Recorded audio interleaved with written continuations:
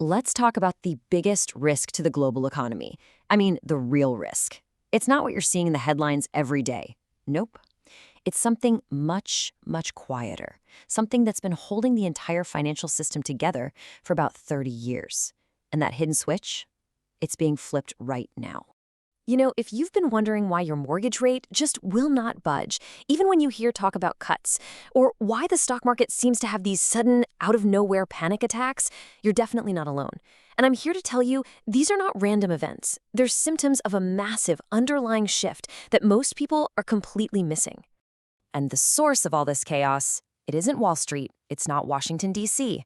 The answer actually starts halfway around the world, in Tokyo. And it's all about one of the most seemingly boring assets you can imagine: Japanese government bonds. Yeah, that's right. The country known for its amazing culture has also been the financial duct tape holding our world together. And well, that tape is starting to come unstuck. So to really get what's going on, we have to understand how Japan became, for all intents and purposes, the world's ATM. This whole story kicks off about 30 years ago, right after a huge economic bust that, well, it changed everything. So back in 1992, Japan's gigantic asset bubble burst, and it led to this period people now call the lost decades. The economy just stalled.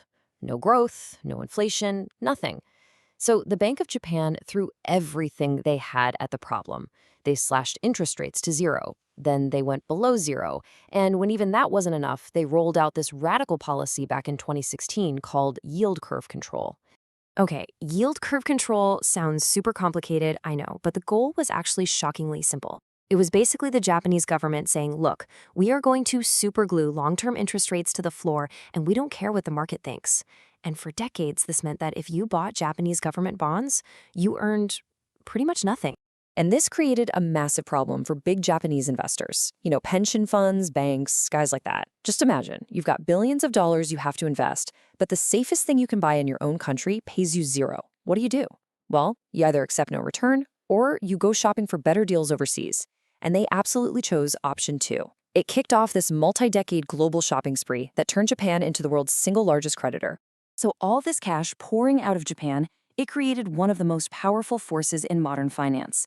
It was basically a kind of free money machine that was pumping trillions of dollars into markets all over the world. They called it the yen carry trade. And here's how simple it was. Let's say you're an investor. First, you borrow a ton of money in Japanese yen for almost 0% interest.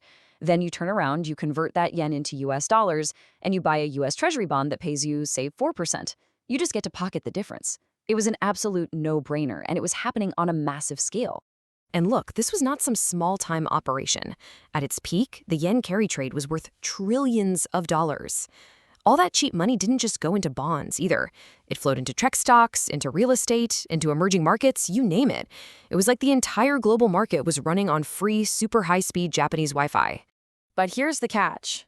This entire global system, this flow of trillions and trillions of dollars, it was all built on one single, very fragile assumption. And in 2024, that assumption finally shattered. So this is the critical part. The whole thing, the entire trade, only worked as long as everybody believed that Japanese interest rates would be stuck near zero forever. But this year, the Bank of Japan finally ended its yield curve control policy. And for the first time in 17 years, it raised interest rates. The free money spigot was officially being twisted shut. And you can see right here how the math just completely flipped. All of a sudden, borrowing in yen wasn't free anymore. And the cost to protect yourself from currency swings, it shot through the roof. That easy, no-brainer profit, poof, it was gone. And all that money that had been flowing out of Japan for decades, it started getting called back home. And the market's reaction was, well, it was immediate and it was brutal. After Japan's second rate hike, the S&P 500 dropped 6%. And Japan's own market, the Nikkei, it plummeted over 12% in a single day. That was its worst drop since the 1987 crash. This was the signal that markets were officially spooked. Okay, so a bunch of numbers changed on some chart somewhere. Why on earth should you care? Because this is not just a story for bond traders in Tokyo. This shift is directly messing with the foundation of your mortgage, your 401k, and the entire economy. You don't have to take my word for it. The legendary investor Ray Dalio said it best. The bond market is the backbone of everything. The interest rates that get set there, they determine the value of literally every other asset. And for 30 years, Japan was a gigantic, consistent buyer of US bonds, which helped keep those rates nice and low for all of us. And this gets to a really key misunderstanding. Everybody obsesses over the Federal Reserve, but they're often looking at the wrong thing. See, the Fed controls short-term rates, but the long-term rates, the ones that actually matter for the real economy, those are set by simple supply and demand. So what happens when one of the biggest buyers on the entire planet, Japan, starts to walk away? Demand falls, and yields have to go up to attract new buyers. And that has huge knock-on effects. For your stocks, higher bond yields make a company's future profits less valuable today, which pushes stock prices down. For your mortgage, well, those rates are tied directly to these long-term treasury yields. So if they stay high, your mortgage stays high. And for businesses, higher borrowing costs mean they invest less, growth slows down, and the whole economy gets a little tighter for everybody. So what we're watching here isn't just some tiny policy change. It's the unwinding of a 30-year-long trend that literally provided the oxygen for global markets. It is a massive threat, hiding in plain sight. You know, the financial news loves to focus on loud, crazy headlines that get a lot of clicks. But the biggest risks? They're almost never the ones everyone is yelling about. They're the quiet, fundamental, structural shifts happening just below the surface. And for 3 decades, the world ran on Japan's cheap money.